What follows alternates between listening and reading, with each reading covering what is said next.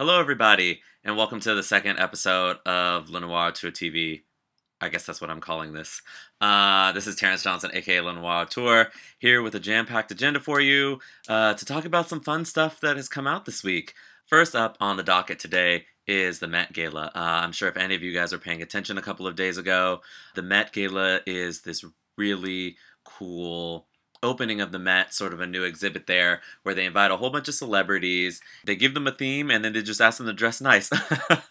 But what was really, I love looking at the Met Gala photos, in part because it's just a really cool place where you get everybody from celebrities to people who are interested in the fashion world, to random nobodies who you've never heard of, and they all come dressed in varying levels of foolish to looking really nice. And I mean, I love when people come to the red carpet and they come on theme. My favorite looks from the Met Gala were Rihanna. I love that she had all that damn fabric, and it was such an awesome dress, regardless of whether people think it looks like an omelet or not. I loved Fan Bingbing's dress and that green shawl. I thought it was really cool. I mean, all of the theme was China through the looking glass. I mean, all of the Asians that were there looked amazing, which was to be expected. Solange had this really cool, like, wormhole from Interstellar mixed with the Chinese fan dress. And Michael B. Jordan for the guys, I thought was my favorite. He was my favorite suit of the night.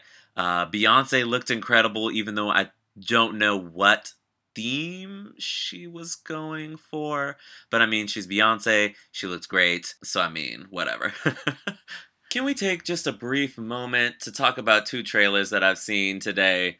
The first being the one for Sense8, which is this new Netflix show that's going to be debuting in June by the Wachowskis, and how fucking excited I am for that. As most people who know me know that I love the Wachowskis and I will follow them anywhere. Not that I think all of their material has been good, but just that I appreciate their visionariness. And they're doing a Netflix series with Brian J. Smith and Naveen Andrews and Duna Bay, and it's set across 8 countries, and it's about these 8 people in the world who've been able to develop like a single consciousness, and it looks really cool.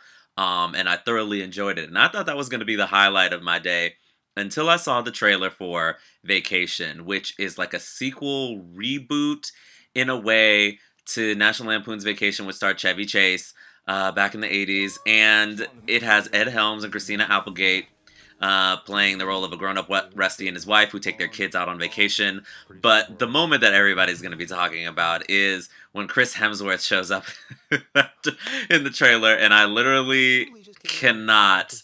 It had me in stitches. I was dying for like 5 minutes straight. I had to pause it just when he walks in. As you can see in the photo, the reactions from Ed Helms and Christina Applegate sold it as much as Chris Hemsworth's sort of obliviousness to what he's packing in that moment, or when he puts his leg up on the chair and he just stands there and they let that moment breathe. I really hope that the rest of the movie is that funny, because those two things really cracked me up. Can we just, for a moment, talk about how everybody and their mother is about to be in Captain America Civil War?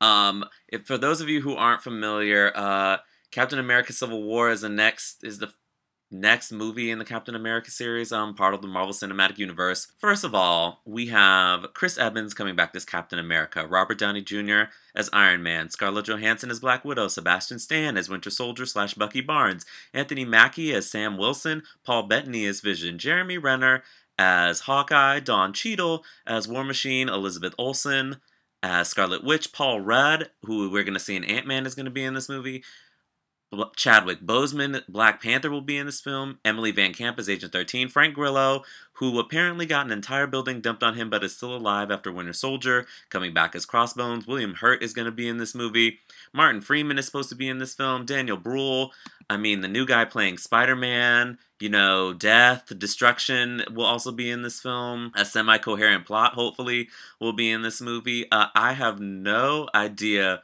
what foolery Marvel has in store for us, but that's a lot of people to be in a film. Although I will say that since the movie is called Civil War, you definitely need all of these characters.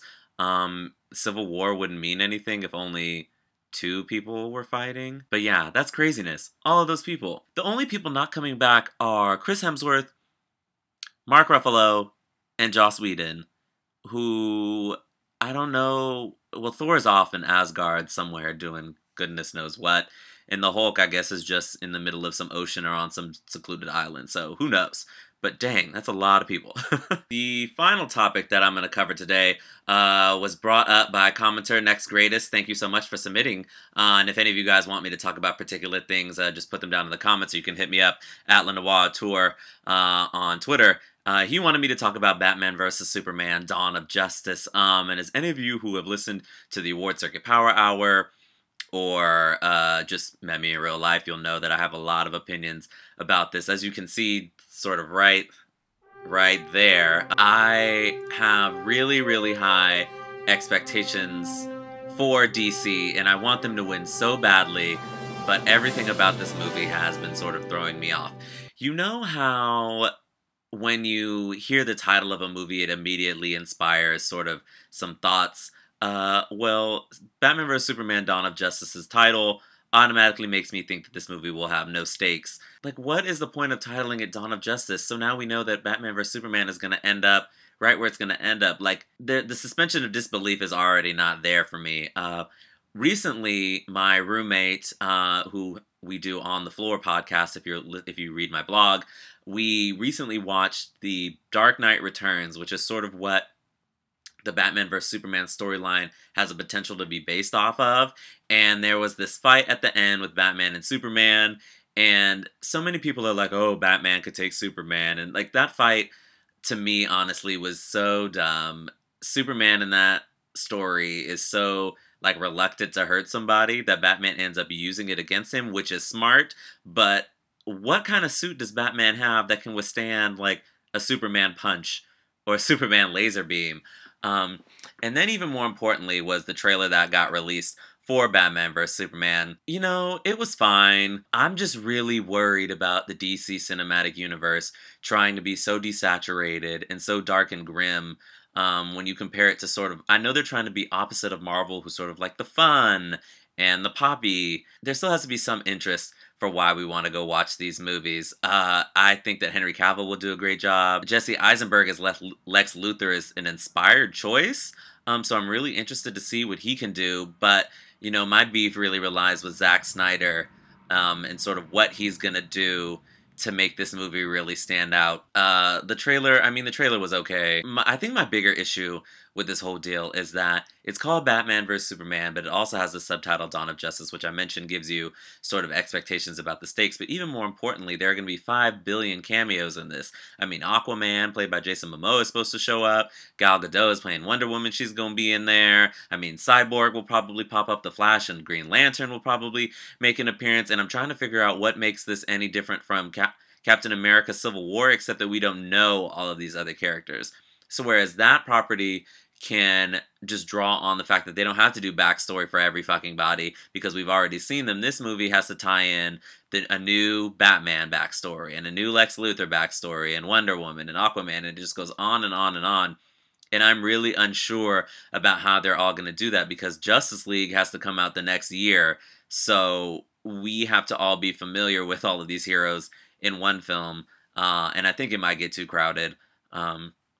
But yeah, thank you, Next Greatest, for submitting that. I definitely would love to talk about more things regarding the superheroes or anything that you guys want to hear in previous podcasts. So if you like what you heard today, you can subscribe. Please, please, please do it for Superman. Subscribe.